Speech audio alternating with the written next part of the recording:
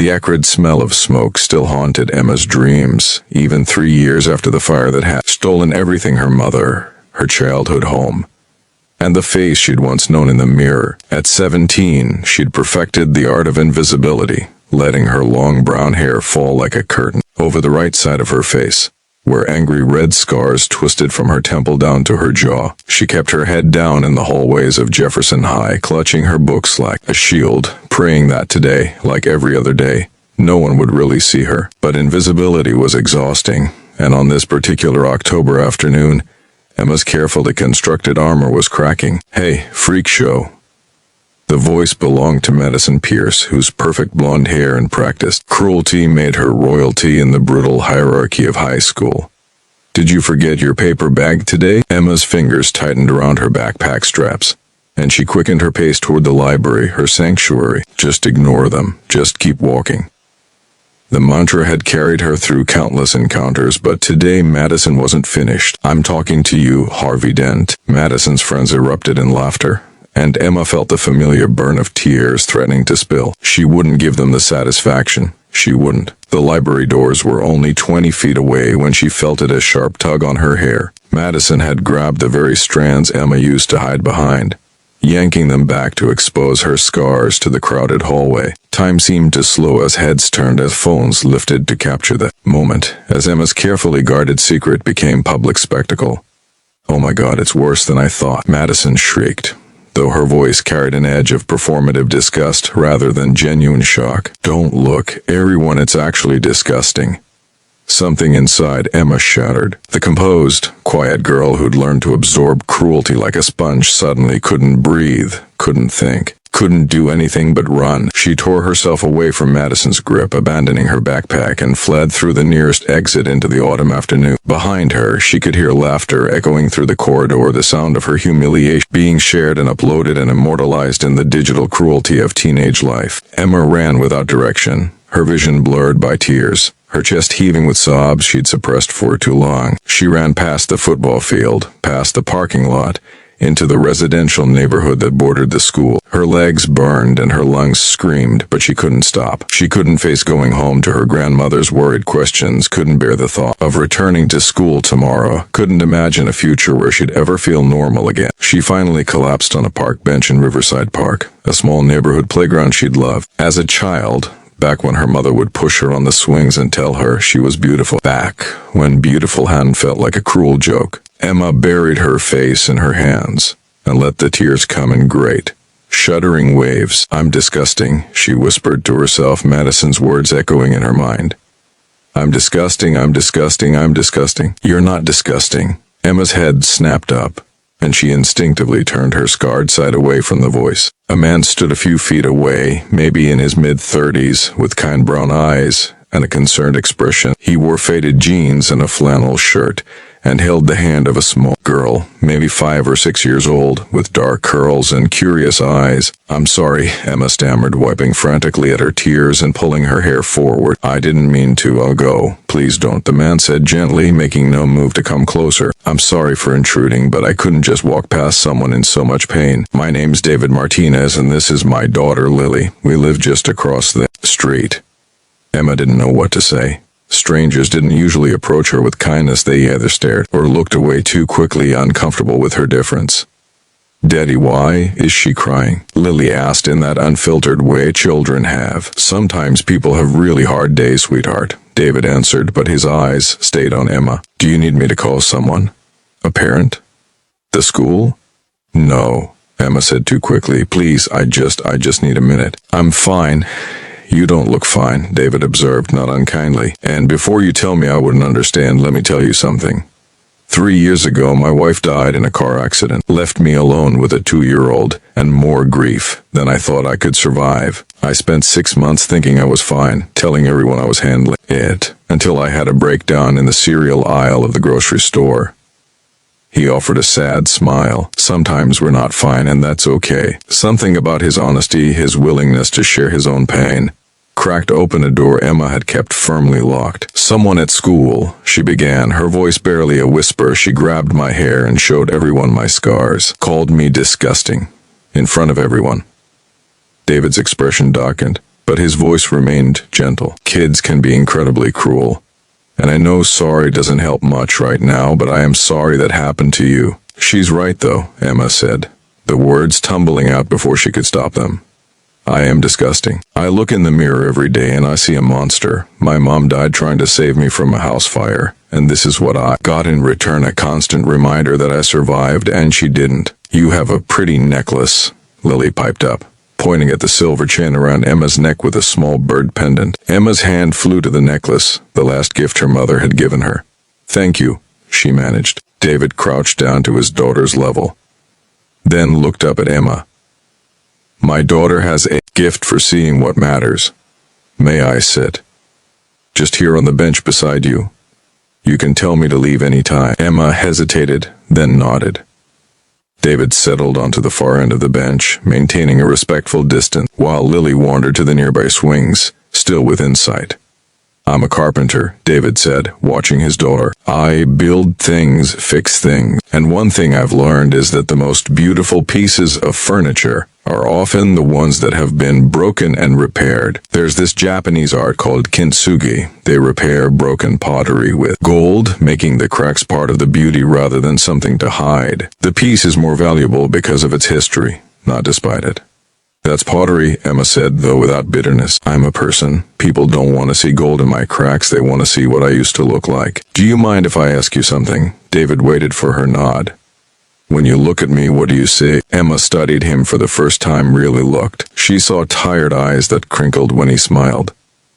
Hands calloused from work, a small scar on his chin, and something else, a deep kindness that radiated from him. I see someone who's been through hard things but stayed kind. You didn't mention my hair loss, the scar on my chin, or the fact that my ears stick out a bit too much, David pointed out. You saw past the surface to something deeper.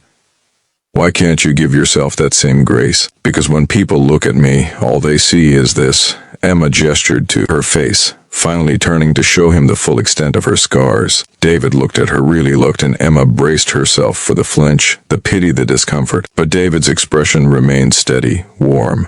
You know what I see? I see someone incredibly brave, someone who survived something traumatic and is still standing.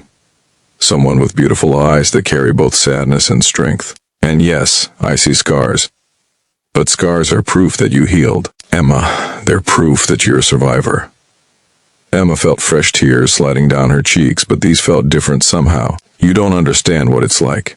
Every day I wake up and have to face this face. Every time I go out, people stare, kids point. Adults pretend not to notice but then can't stop glancing. I'm tired of being brave. I'm tired of surviving. I just want to be normal. Daddy, push me. Lily called from the swings and David glanced at Emma. Go ahead, Emma said. I'll be okay. But when David stood up, he did something Emma didn't expect. He held out his hand to her. Come with me, please. Emma didn't know why she took his hand, but she did. David led her to the swings, where Lily was waiting impatiently. He lifted his daughter onto one swing, then gestured for Emma to take the other. I don't. Emma started. Humor me, David said with a gentle smile. When's the last time you were on a swing? Emma couldn't remember. She settled onto the worn rubber seat, and David began to push both girls, his daughter and this broken teenage stranger who'd stumbled into his afternoon. Higher, Daddy? Lily squealed with delight. As Emma began to swing, something unexpected happened. The wind caught her hair, blowing it back from her face, exposing her scars to the open air and the autumn sun. Her instinct was to stop, to fix her hair, to hide. But David was watching Lily, not her, and Lily was laughing with pure joy. And suddenly, Emma was moving through the air with a freedom she hadn't felt in 3 years. Feel that, David called to her. That's you flying. That's you being more than your pain. And for a moment, just a moment, Emma did feel like she was flying. The tears on her cheeks dried in the wind, and she let herself swing higher, let herself feel something other than shame and sorrow. When they finally slowed to a stop, Lily ran off to the slide, and Emma found herself walking back to the bench with David. She was exhausted, emotionally wrung out, but somehow lighter than she'd felt in years. Thank you, she said quietly. I don't know why you stopped to help me, but thank you. You want to know the truth? David sat beside her again. About 2 months after my wife died, I was in this exact park with Lily. She was crying because she missed her mommy. and I was completely falling apart because I didn't know how to help her or myself. A stranger, an elderly woman walking her dog, sat with us for 2 hours. She didn't have answers. She just sat with us in our pain and told me that grief changes us but doesn't have to destroy us. She said someday I'd understand why I had to survive this and that. Someday I'd be able to help someone else survive their hard thing. Emma looked at him with new understanding. I'm your someone else. Maybe we're each other's someone else, David said, because talking to you, being able to help you even a little bit, it's the first time in a long time I've felt like maybe I'm not just surviving but actually living again. They sat in comfortable silence for a moment, watching Lily play. Then Emma asked, does it get easier? The grief. It gets different, David said honestly. Some days are still really hard, but Lily needs me to be present, to be her dad. Not just someone going through the motions. She's made me want to heal, not just for her, but for myself. And yes, it's gotten easier. The joy comes back. The laughter feels real again.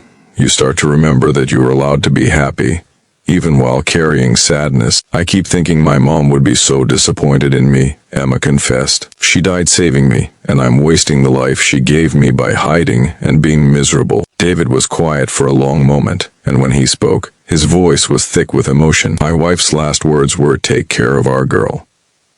Every day I wake up and I have to figure out how to honor that. And here's what I've learned: the best way to honor someone who loved us isn't to suffer. It's to live, really live, to find moments of joy and connection and purpose, to become someone they'd be proud of. He turned to face Emma fully. Your mom didn't save you so you could spend the rest of your life hating yourself. She saved you because you were precious to her. The best way to honor her sacrifice is to find a way to see yourself as the precious thing she saw. Emma felt something shift inside her chest, like a door opening to let in light. I don't know how to do that. One day at a time, David said. Some days 1 hour at a time. But here's what I want you to understand, Emma. He waited until she met his eyes. You are not disgusting. You are not a monster. You are a 17-year-old girl who survived a tragedy, and you're doing the best you can. Those scars? He gestured gently toward her face. They're part of your story, but they're not your whole story. You're also the girl who wore that necklace to keep her mother close. You're the girl who just went flying on a swing for the first time in years. You're the girl who's going to figure out how to love herself again, even if it takes time. Before Emma could respond, Lily came running back. I'm hungry, Daddy. Okay, sweetheart. David stood, then looked down at Emma. I know this is a lot to ask, but would you want to come have dinner with us? Nothing fancy, just mac and cheese and whatever vegetables I can convince Lily to eat. But I think you shouldn't be alone right now. And my grandmother always said the best medicine for a hard day is a shared meal. Emma's first instinct was to refuse, to retreat back into her isolation. But something made her pause. Maybe it was David's kindness, or Lily's innocent acceptance, or the fact that for the first time in 3 years, someone had looked at her scars and chosen to stay rather than look away. I should probably text my grandmother, Emma said. She'll worry. Of course, tell her you're safe and that David Martinez is a respectable single dad who offers excellent supervision and mediocre cooking.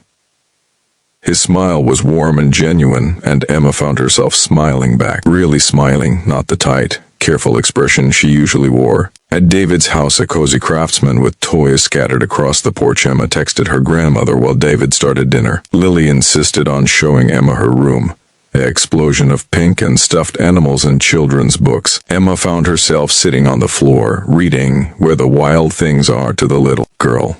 And for those few minutes, she wasn't the burned girl or the freak show. She was just Emma, reading to a child who snuggled trustingly against her arm. During dinner, which was indeed mac and cheese, along with carrot sticks that Lily ate with great reluctance, David told Emma about his carpentry business and how he was trying to balance single parenthood with running his own company. Emma found herself talking about her love of writing, about the stories she used to create before the fire took her confidence along with so much else.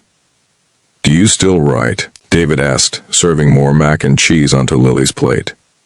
Not really, Emma admitted. I started a journal after the fire, but I couldn't get past describing the pain. It felt too heavy. Maybe the journal wasn't about moving past the pain, David suggested. Maybe it was about getting the pain out so it doesn't stay locked inside you. After dinner, while Lily watched a cartoon, David and Emma sat on the front porch as the sun set. painting the sky in shades of orange and pink. Emma pulled out her phone and saw 15 missed messages, some from her grandmother, but several from classmates she barely knew, all expressing outrage at what Madison had done. Apparently, someone had filmed the incident, but instead of laughing, most people were condemning Madison's cruelty. "The world isn't all Madison's," David said, reading her expression. "For every cruel person, there are 10 kind ones. You've just been hurt so badly that you stopped looking for the kind ones." Emma felt something loosening in her chest, a tension she'd carried so long she'd forgotten it was there. "I should probably go home. My grandmother will want to see that I'm actually okay. Can I ask you to do something for me?" David stood and reached out his hand. Emma took it, letting him pull her to her feet. "When you get home tonight, I want you to look in the mirror. Really look. And I want you to find one thing, just one, that you can appreciate about yourself. Not about how you look, though you can if you want, but about who you are. One thing that makes you glad you're you." "I don't know if I can, just try," David said gently.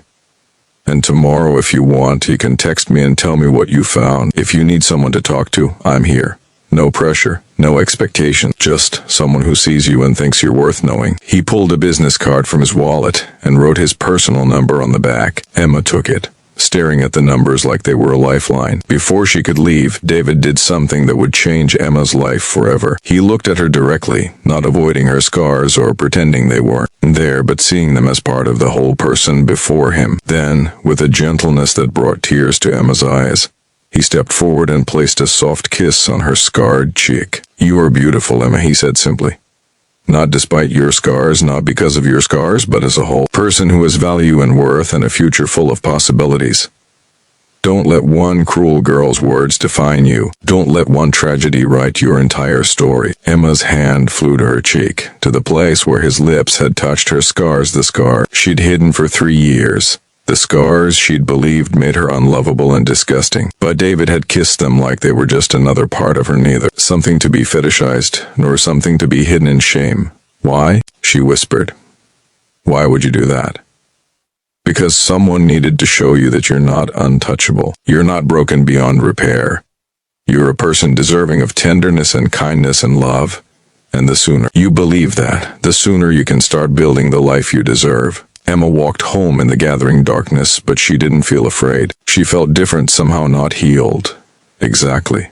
But maybe beginning to heal. When she got home, her grandmother wrapped her in a fierce hug, and Emma let herself be held without pulling away. That night, standing in front of the bathroom mirror, Emma forced herself to really look at her reflection for the first time in months. She saw the scars, yes, the twisted skin that would never be smooth again. But she also saw green eyes that her mother had always said sparkled with intelligence. She saw determination in the set of her jaw. And she saw something else, a girl who had run from cruelty but had found unexpected kindness, who had been called disgusting but had been kissed with tenderness. Emma picked up her phone and texted the number David had given her. "One thing I appreciate about myself, I survived. I'm still here. That has to count for something." His response came quickly. "That counts for everything. Tomorrow will be hard. Next week will be hard. But you're not facing it alone anymore.